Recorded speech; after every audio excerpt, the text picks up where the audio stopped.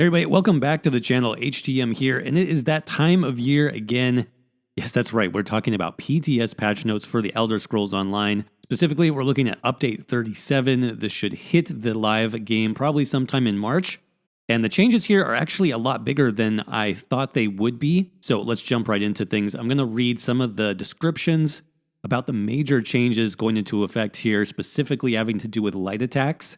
And then we will go through the changes bit by bit further on. So under combat and gameplay, let's jump right into it. This is the description of what's going on in update 37. So while this first update of the year has quite a few bug fixes and minor tweaks, our main focus was on some iterative work from update 35. I'm sure you guys remember that update from last year, as well as some long time coming reworks to abilities or traits that had been languishing in weird states of balance. The largest widespread adjustment in this update is going to be update 35's adjustments to light attacks. And one of the main goals in update 35 was to reduce the impact of light attack weaving in terms of high-end damage production, where it was still a vital tool to incorporate, while simultaneously trying to shorten the delta between those who try and engage with it and those who are masters of it. So if you're not sure what this means, basically, last year we had update 35, which that's a whole nother video discussion. I don't want to get into that right now. But basically, they made some huge changes to light attacks, trying to close the gap between the highest and highest DPS players and players that are still on the lower end, we'll say, of DPS output. So there wouldn't be such a huge discrepancy, a huge difference between players who are just starting to learn how to light attack weave and players who are already a master, and bringing those DPS numbers a little bit closer together. The way they did that was not good. It did not work very well, and so they're making adjustments here, which we'll keep reading, but I think it's going to be a lot better. So how are they going to do that? Well, in this update, they're going to keep the power of light attacks within a 5% deviation, a 5% difference at their highest production in an optimized build, while drastically increasing their performance for players who aren't super optimized. If you're at the highest end, the top 1% of DPS masters, this is barely going to affect you, a 5% difference. But if you're still learning your light attack weave in your rotation, you should get actually a pretty big buff from this. How are they going to do it? Well, a new feature of all damaging light attacks is going to be the scaling, as well as a cap in how much they can reach with your base stats like weapon and spell damage, magicka, and stamina. The base damage cap is going to now be 3,850 for melee attacks and 90% of that for ranged attacks, which is within 100 to 200 damage deviation, so again, about 5% difference from top-end builds and parses. They also say that the base damage cap is not the cap in terms of how much damage they can do in general. This number is purely how much the damage can reach within your stats, like weapon and spell damage. The base damage there is going to then feed into the rest of the combat calculations, including critical bonuses, damage bonuses, mitigation, and so on. So that 3,850 can still return a much higher value, obviously even higher if you have a coordinated group. So to summarize, basically light attacks now have a base damage cap. That cap is going to be 3,850. We'll go over more of the specific details below because this is a huge change for how combat is going to work in ESO. I think it's actually a good change. It's not going to impact performance that much at the high end, whereas if you're new to the game, if you're still learning your rotation, you should actually see a pretty good buff in terms of your damage output. So let's go ahead and jump now. I'm going to skip through all of this because it's very lengthy and they do go over this more in the details down below. So let's jump down to the general section here. Most of these are just bug fixes, updated tooltips. We're not going to worry about that. Here's more of the specifics like we talked about. As far as the light attacks, they increased the scaling of all weapon light attacks by 50%. And werewolf light attacks by 20%. So like I said, this is actually a huge buff, you guys, for light attacks, at least for the majority of players who aren't top-end DPS players. Yes, you are going to have that stat scaling limit, so it's going to be capped in terms of the damage you can do after reaching 3,850 damage for weapons and 4,813 damage for werewolf builds. And note again that this is not going to affect your other damage bonuses like critical attacks. If you have minor berserk, major berserk, if the enemy has vulnerability debuffs, those will still increase your light attack damage as before. It's just that base damage has essentially been capped on those attacks. So again, I really like this change. I think, back when they did update 35, this was one of the options that I was hoping for that they would do, because this seems to meet their goal much better. Remember, the initial goal from last year, if you were around then, was always to raise the floor, right? It was to improve the damage numbers and access to higher DPS for players who are less experienced, who don't have a full, perfect rotation locked in, who don't light attack weave perfectly. The goal was always to increase their damage. This actually accomplishes that goal, I think. Obviously, we'll have to do some parses and some build testing on the PTS once it goes live to see how it works, but I think this is a much better option. So yeah, I'm definitely okay with this so far. Now, there are some more bug fixes they talked about. Another change here, especially good for tanks, is that bar swapping while you're actively holding block will no longer temporarily disable block. This is really good for those tank builds out there. And then this change is even better for tanking. So abilities and item sets that pull a single target will now also attempt to taunt the target for 15 seconds if they're not already affected by a player taunt. So this is going to apply to the following skills: Beckoning Armor, Fiery Grip and Unrelenting Grip, Silver Leash, and Swarm Mother. So basically what this is it's now a soft taunt, right? So these abilities now have a taunting effect built into them, as long as the target isn't already taunted. If it is already taunted, that's going to take precedence. I think this is another really good change for tanks. It's going to really help in terms of crowd control. Once you pull that enemy in to you, they should attack you and focus on you right away. So awesome change, I think, for tanks in general. They also made some changes to taunt immunity. If you didn't know, that is actually a thing in ESO, where if an enemy gets taunted too many times, they'll kind of just go berserk. So that's been changed to be 5 times now. So if they're taunted 5 times between 2 targets, they become taunt immune. That's up from 3 times. So some really good changes for taunts. Let's hope that they all work correctly. Let's hope that we don't have any more block issues that we had in the previous patch. Fingers crossed. Now let's move on to class changes, because there's some really interesting stuff here as well that I was not expecting. Starting with the Dragonknight class and Fiery Grip. So Empowering Chains, I believe this is going to have a new name here called Chains of Devastation. This morph now grants Major Berserk for 10 seconds after casting, rather than Empower, as Molten Armaments already had that buff. So yeah, change the buff, change the name. Chains of Devastation is what this is called now. And basically on-demand Major Berserk for 10 seconds that's crazy. That's really powerful. You're definitely going to be wanting to run this in PvP, probably PvE content as well. Solo content, DPS builds. Should definitely look to find some room on your skill bar for this guy. And then Lava Whip, just a fix here. Fix an issue where this morph could fail to activate many conditional requirements. Move on to Necromancer class now. Skeletal Mage and Skeletal Archer morph. Fix an issue there with the damage boost, so that should be working better. And then Graveyard.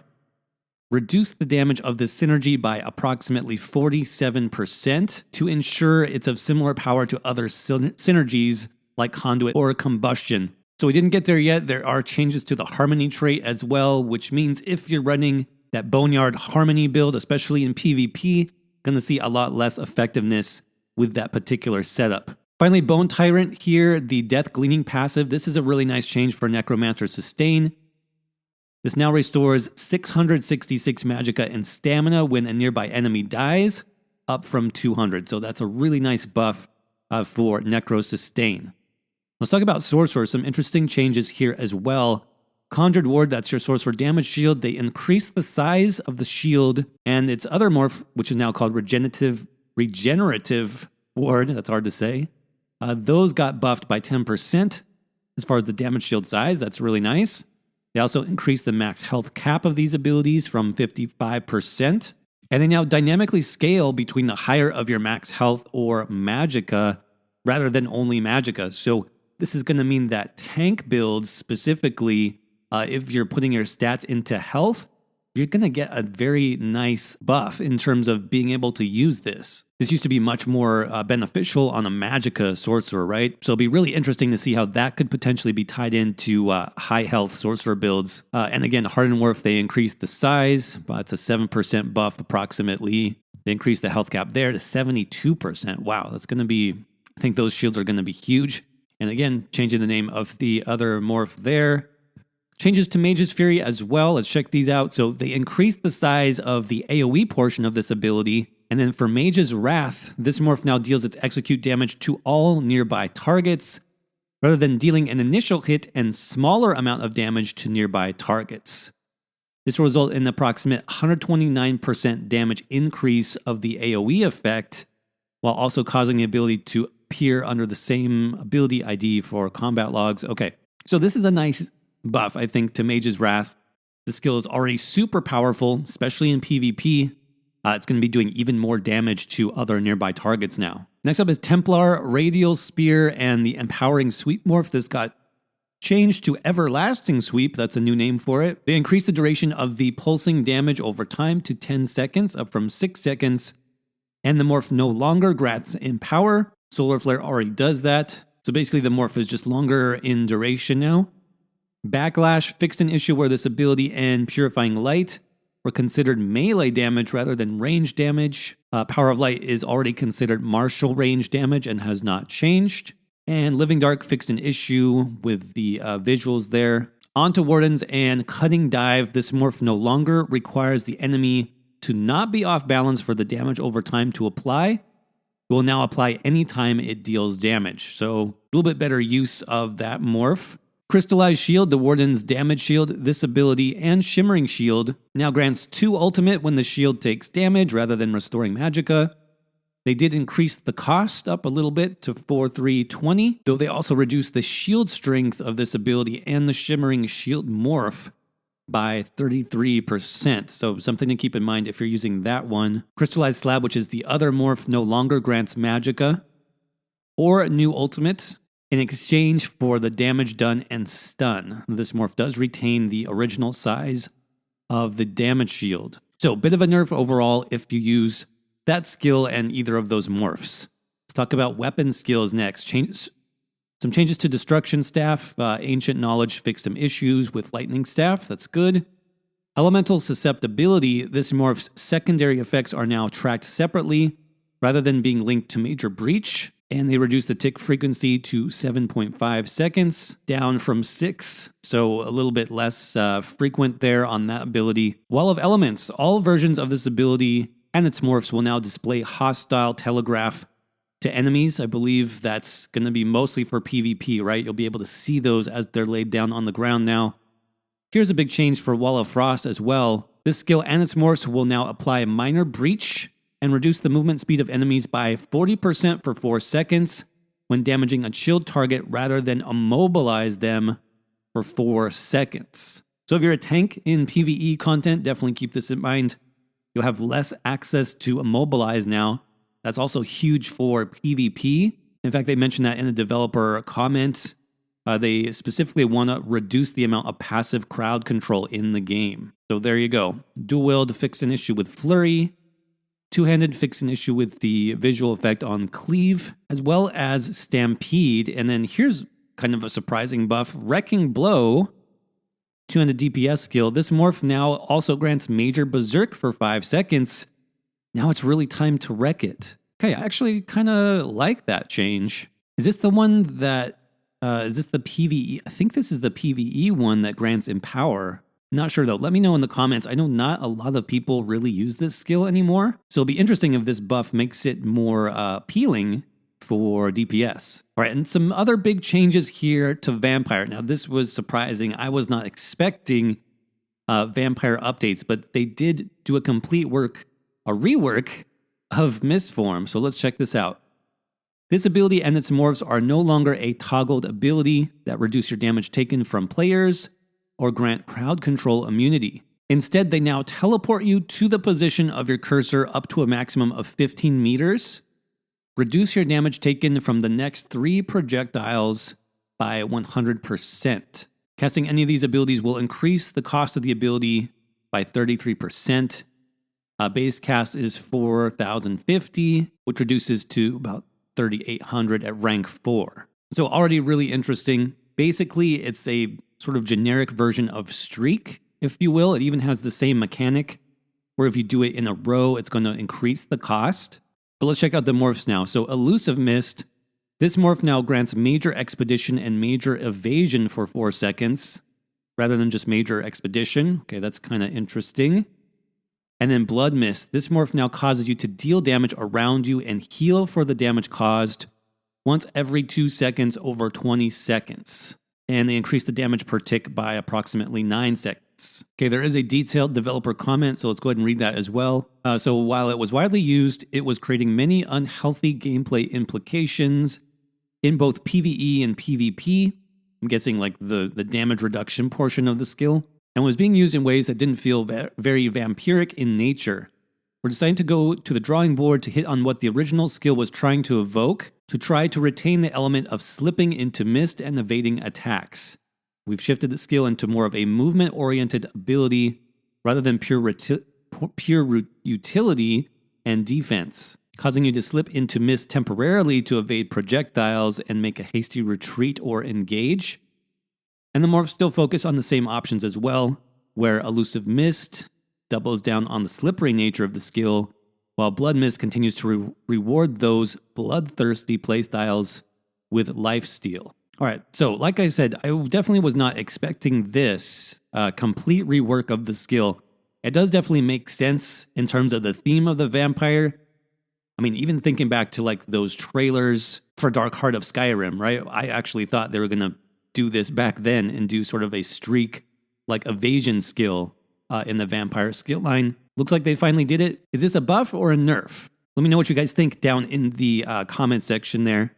For Werewolf, bit of a buff here as well. Piercing Howl and Feeding Frenzy. This synergy now grants Minor Force and Empower for 10 seconds rather than only Empower. And then Howl of Despair. This morph now allows the caster to self-synergize Feeding Frenzy. Very interesting. That's about it in terms of skill changes.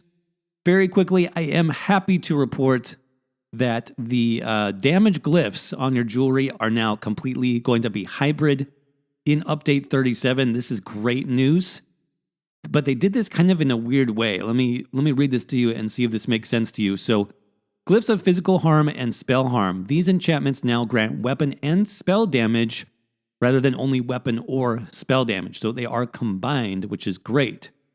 Physical Harm now also adds 10 stamina recovery at all qualities, while Spell Harm now adds 10 magicka recovery at all qualities.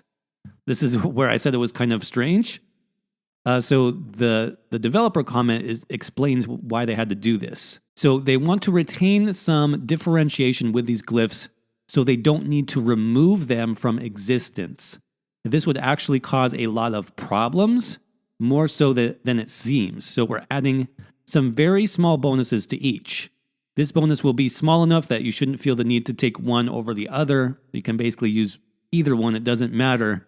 But if you're really trying to optimize your build, you can get that extra 10 recovery if you want, either stamina or magicka recovery based on the glyph. So that's really interesting. It's weird that they can't remove or combine them in-game, but I guess there's some technical limitations to that, so that's why they'll both be in the game. They'll both have the same buff in terms of the damage, but just slightly different recoveries. So there you go. Really looking forward to that. It's a great change.